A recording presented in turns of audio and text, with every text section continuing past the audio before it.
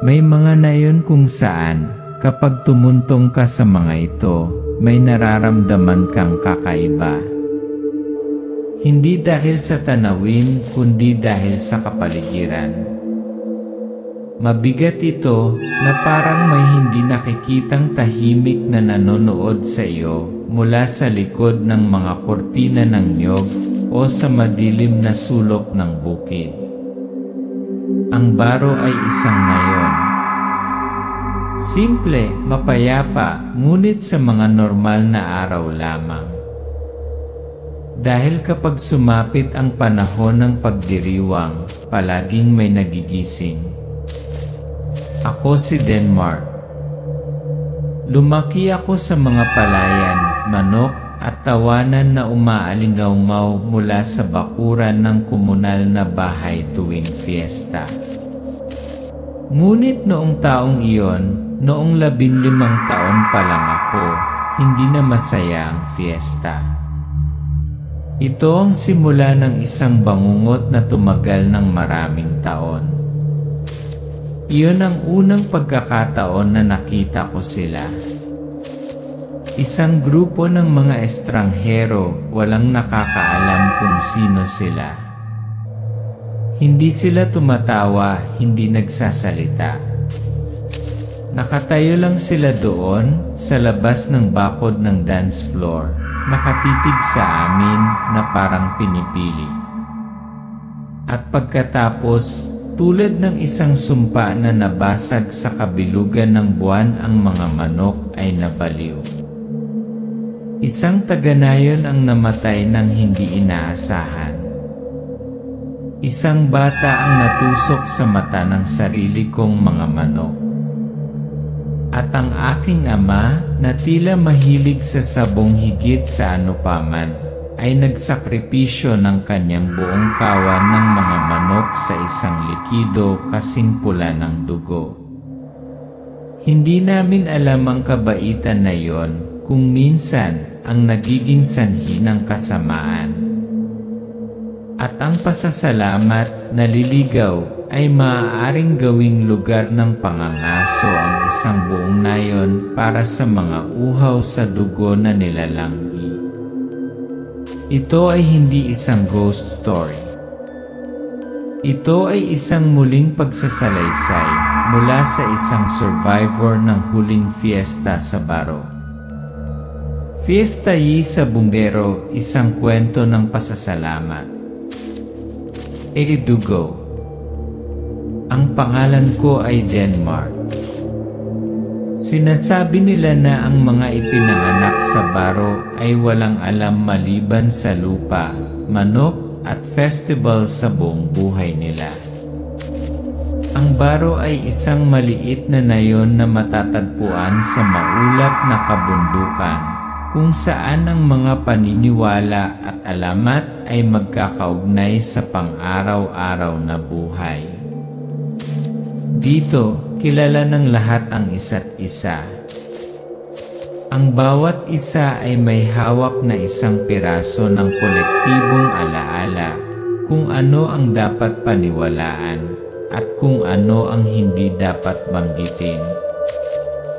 Kami ay mahirap, ngunit hindi miserable. Ang buhay ay umaagos tulad ng tunog ng plauta sa gabi. Hanggang sa sumapit ang fiesta. Fiesta, ang pangalan na iyan ay hindi basta-basta isang festival.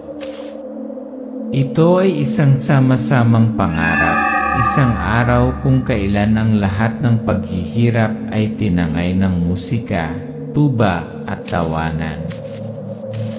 Ang aking pamilya, tulad ng maraming iba pa, ay abala sa linggo bago ang pista. Ang aking ina ay nagluluto ng kakanin, ang aking ama ang nag-aalaga ng mga nag-aaway na tandang, at ang aking mga tiyuhin ay pumapatay ng 2 baboy para sa malaking piging ng pamilya. Tinutulungan ng Denmark ang kanyang ama na ahit ang buhok ng baboy, bumubuhos ang pawis. Isang matandang lalaki na mumumuya ng buyo ang bumulong. Kahit ang mga aswang ay mahilig sa fiesta dahil dito, lahat ay nagbubukas ng kanilang mga pinto, lahat ay pabaya. Sa gabi bago ang pagdiriwang, kapag sinindihan ang mga oil lamp sa bakuran ng komunal na bahay, ang mga tao ay nagtitipon upang sumayaw. Lahat ay nakadamit ng maganda. Lahat ay masaya. Ngunit dumarating sila. Isang grupo ng mga tao. Mga estranghero. Tahimik na nakatayo sa labas ng bakod na gawa sa mga puno ng niyog. Mga 6 hindi 7 tao. Hindi sila nagsasalita. Hindi sila bumingiti. Hindi sila kumakaway. Nakatingin lang sila.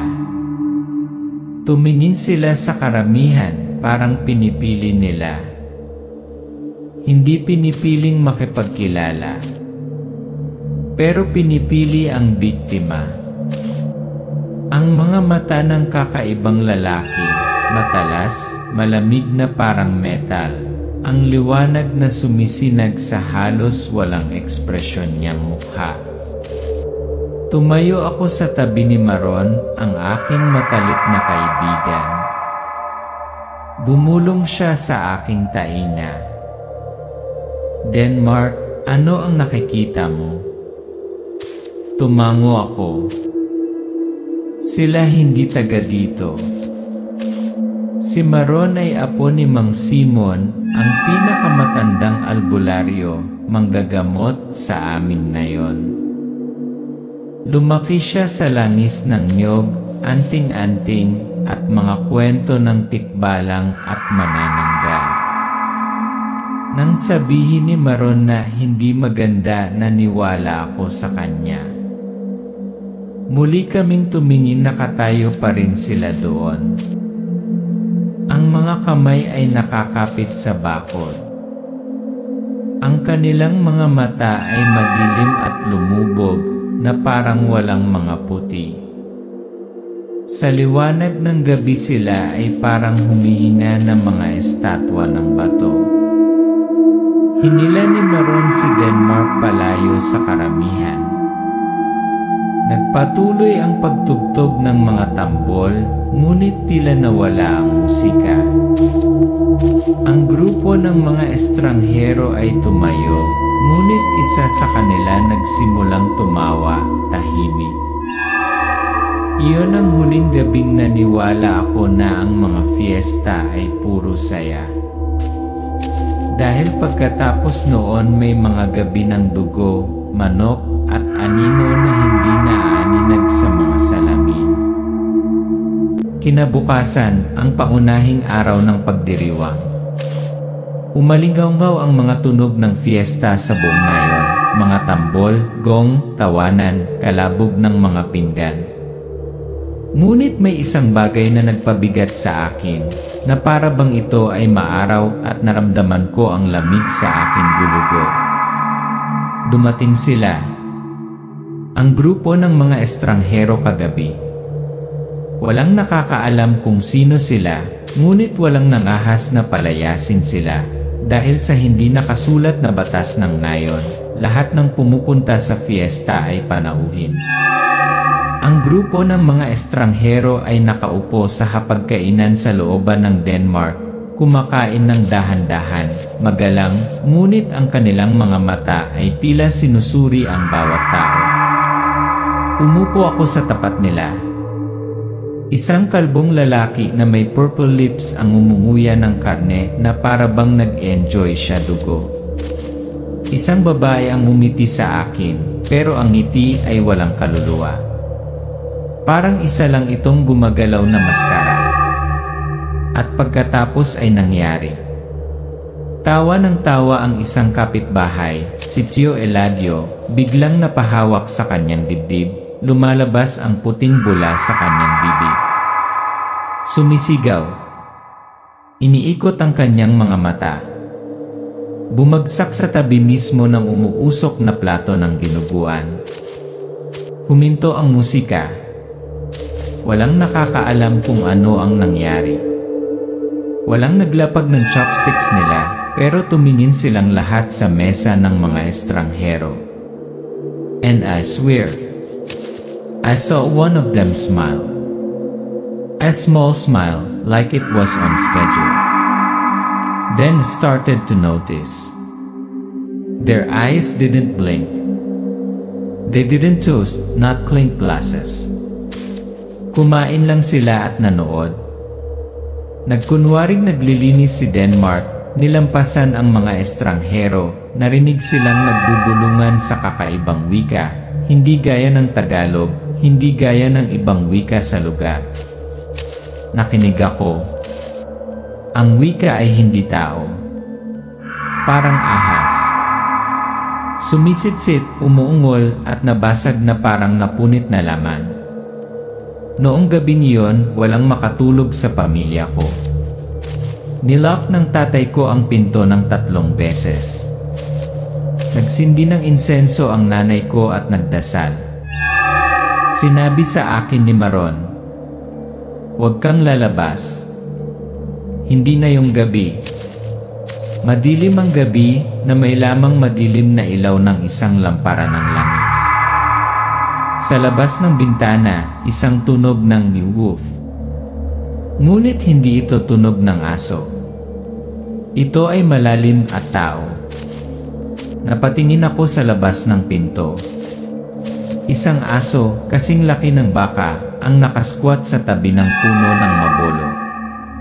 Ngunit ang mukha nito ay halos tao. Mabilis na bumalik si Denmark, namumutla ang mukha. Hindi ako sumigaw. I didn't dare tell the mother. Nilock ko lang ang pinto.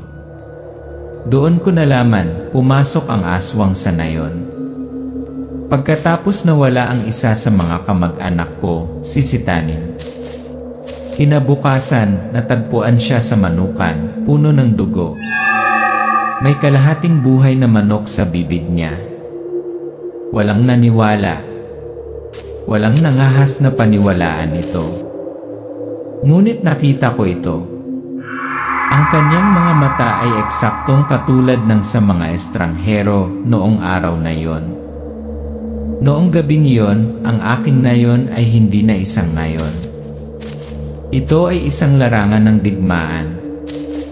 Ngunit walang nakakaalam kung nasaan ang kalaban at kung sino ang tao pa rin. Nilock ni Denmark at Maron ang pinto, inibold ito, pinatay ang mga ilaw. Sa labas ng nayon, isang pares ng pulang mata ang sumasalamin sa liwanag ng apoy. A whisper was almost audible, hindi pa tayo tapos. At nagsimula akong maunawaan ang fiesta na yon ay hindi isang pagdiriwang. Ito ay isang sakripisyo. Ang katotohanan tungkol sa grupo ng mga estranghero at ang kaloob ng dugo na tinatawag na pasasalamat ay malapit ng ihayag. Hindi lahat ng nagbibigay ng regalo ay may mabuting hangarin. Lalo na kapag ito ay nanggaling sa isang taong walang hawak, maliban sa mga bulong ng kadiliman. Malinaw na naaalala ko ang araw na dumating siya. Mang Gaspar, isang matandang pulubi na iniiwasan ng mga taga-nayon. Nakayuko siya, malabo ang mga mata, at lagi siyang nakangiti, parang may alam siya na hindi alam ng iba. Dinala ng ama ni Denmark si Mang Gaspar ng pagkain sa ilalim ng awning ng sabong. Nanginginig na inilabas ni Mang Gaspar sa kanyang bulsa ang isang maliit na bote ng salamin na naglalaman ng pulang likido, makapal, parang dugo na nakalantad sa araw. Ang aking ama ay hindi naniniwala sa anting-anting, ngunit naniniwala siya sa kabaitan. Sinabi ni Gaspar na ito ay isang agimat ng tagumpay, isang maswerteng anting-anting para sa pakikipaglaban sa mga manok. Ilang patak lamang at ang mga manok ay hindi matatalo ng anumang laban. At totoo, sa magdamag, ang pinakamahinang manok ng tatay ko, si Bantay, ay hindi lang tumayo kundi inatake ang ibang manok na parang sinapian. Biglang sinipa ng maliit at nanginginig na manok ang kalaban na doble ang laki nito. Naging itim na itim ang mga mata nito na para bang walang puti. Natuwa ang tatay ko. Tinawag niya itong Himala. Pero iba ang nanay ko, nagsimula siyang managinip ng pagtulo ng dugo mula sa manukan. Pagkatapos, ang unang kakilakilabot na bagay ay nangyari. Ang anak ng isang kapitbahay, ang munting Mateo, ay tinik sa mata habang nakatayo malapit sa kulungan. Mga hiyawan, bumulwak ang dugo, tumakbo ang ina ni Mateo sa kawalan ng pag-asa, karga ang kanyang anak. Si Padre Denmark ay nakatayong hindi gumagalaw, nanginginig ang kanyang mga kamay, ang bote ng pulang likido ay bumagsak sa lupa. Sabi ng mga tao, aksidente lang. Pero alam ko, ang mga manok na iyon ay hindi na mga manok.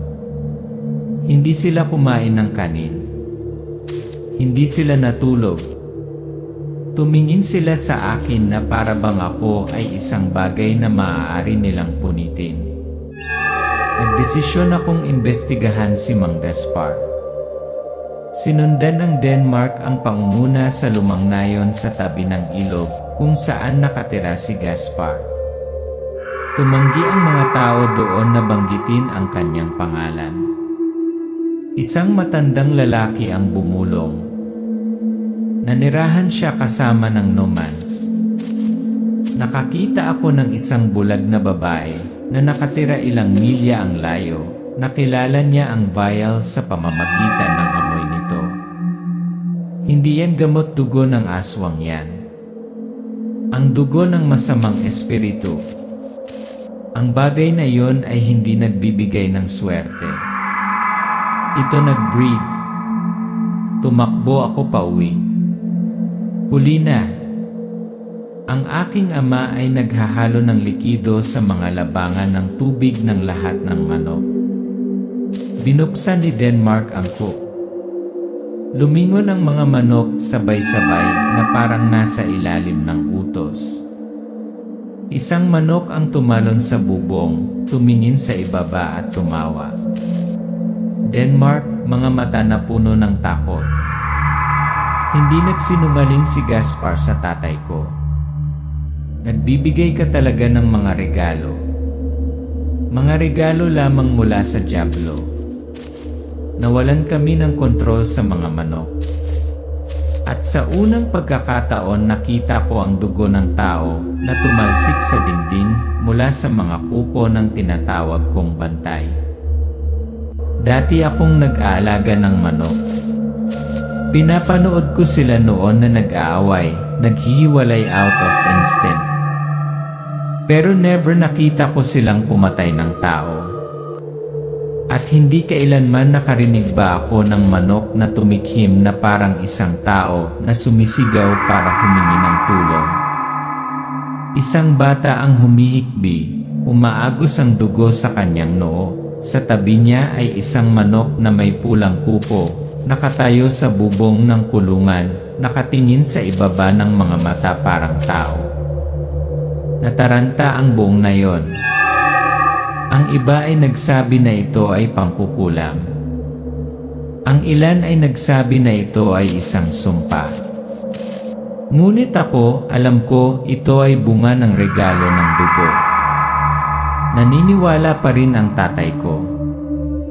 Overstimulated lang ang mga manok. Ayaw niyang patayin sila. Hindi dahil may utang siya kay Gaspar. Ngunit hindi na ako makapaghintay para sa higit pang mga katawan. Tinawag ni Maron si Mang Simon, ang kanyang lolo, ang manggagamot sa nayon, upang magsagawa ng exorcism. Nilagyan ng asin ang manukan, Nakasabit ang mga anting-anting at pinahiran ng langis ng niyog na may halong damo ang pinto. Umupo si Simon sa gitna ng bakuran, nagsusunog ng insenso, bumubulong ng mga sinaunang incantation. Nagsimulang umihip ang hangin. Nagsimulang gumalaw ng marahas ang mga manok sa loob ng kulungan. Ngunit hindi nila hinintay ang pagtatapos ng seremonya. Bumukas ang manukan. Nagmadaling lumabas ang mga manok na parang maliliit na demonyo. Ang mukha ng isang tao ay pinunit ng mga kuko. Isang matandang babae ang bumagsak, dugo ang buong mukha. Lumapad sila. Umakyat sila sa bubong. Hindi na sila mga manok, mga masasamang espiritu sila sa anyo ng mga balahibo. Mga taong may hawak na machete, bamboo sticks, sulo. Tunog ng pagpuputol, tumalsik ang dugo kung saan-saan. Ang ilang mga manok ay pinutol ang kanilang mga ulo, ngunit tumakbo pa rin ang ilang hakbang. Tawa ng tawa ang ilan bago nabasag ang kanilang mga bungo. Pagkatapos ng kaguluhan, nagkaroon ng katahimikan. Nahati ang mga tao sa dalawang pangkat. Isang panig, naniniwala na kailangan nilang sirain ang lahat. Ang mga manok at si Gaspar. Ang kabilang panig ay natatakot na pinapatay nila ang maling espiritu at ang kanilang mabubuting gawa ay maparusahan. Sa looban ng Denmark, ang mga taga-nayon ay nagtatalo. May kumatok sa mesa. Hindi kami masama, hindi namin kayang patayin ang lahat dahil sa takot. Itinuro ng isa ang kalmot, sino ang pumatay sa aking kapatid? Sino ang dumukit sa mga mata ng anak ng kapitbahay? Sa gitna ng labanang iyon ay ang aking ama. Nakatayo siya roon, sa pagitan ng dalawang mundo. Ang isa ng pasasalamat, ang isa ay dugo.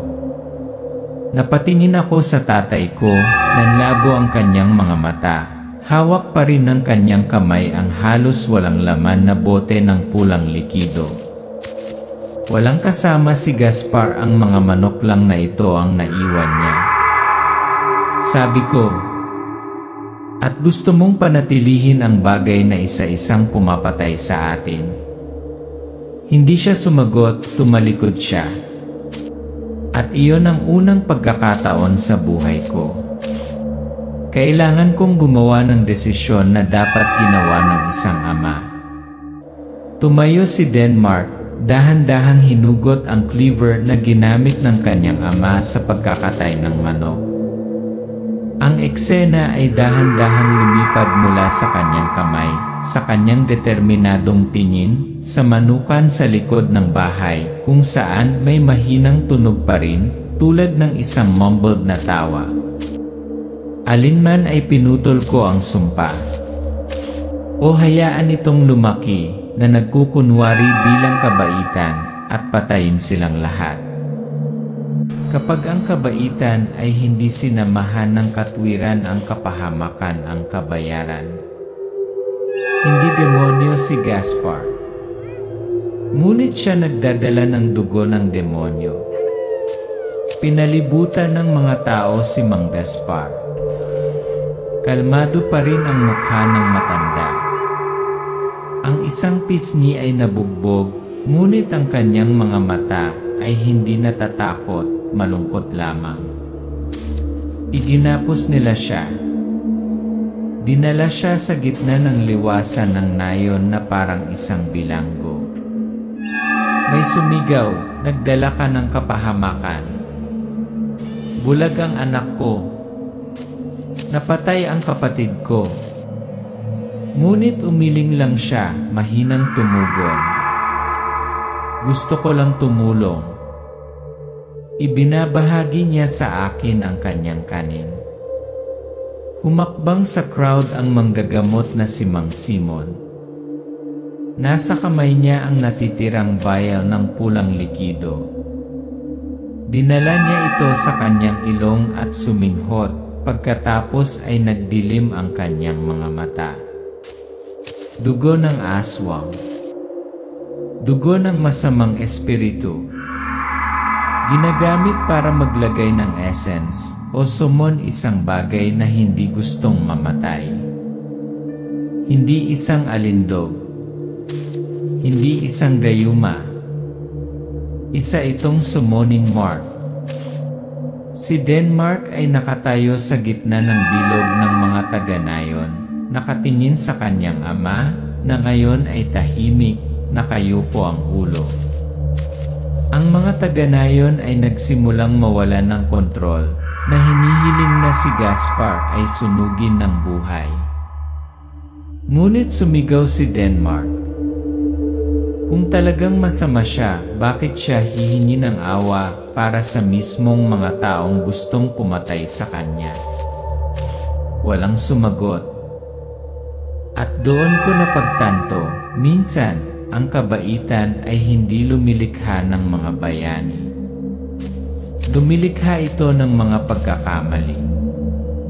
Umalis ako sa village square, hindi dahil napatawad ko na siya. Pero dahil natakot ako. Natatakot ako sa hindi nasabi.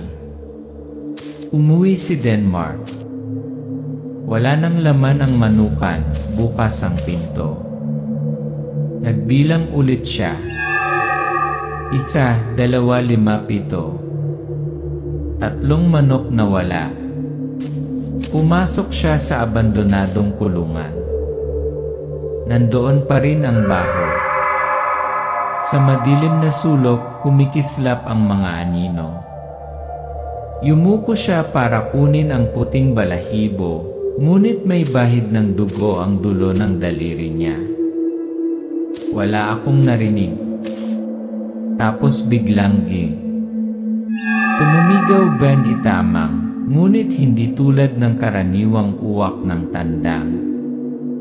Ito ay magaspang, makapal, tulad ng isang sakal na kaluluwa na sinusubukang tumakas. Umikot si Denmark. Naging itim ang screen. Isang pulang mata ang lumitaw sa dilim. Pinugutan namin ng ulo. Nasunog kami. Akala namin nawasak na namin ang kasamaan. Ngunit ang dugo ay hindi namamatay. Nakahanap lang ito ng bagong host. Fiesta Yi sa Bungero, hango sa totoong kwento na itinakda sa isang nayon na inabandona pagkatapos ng madugong pagdiriwang.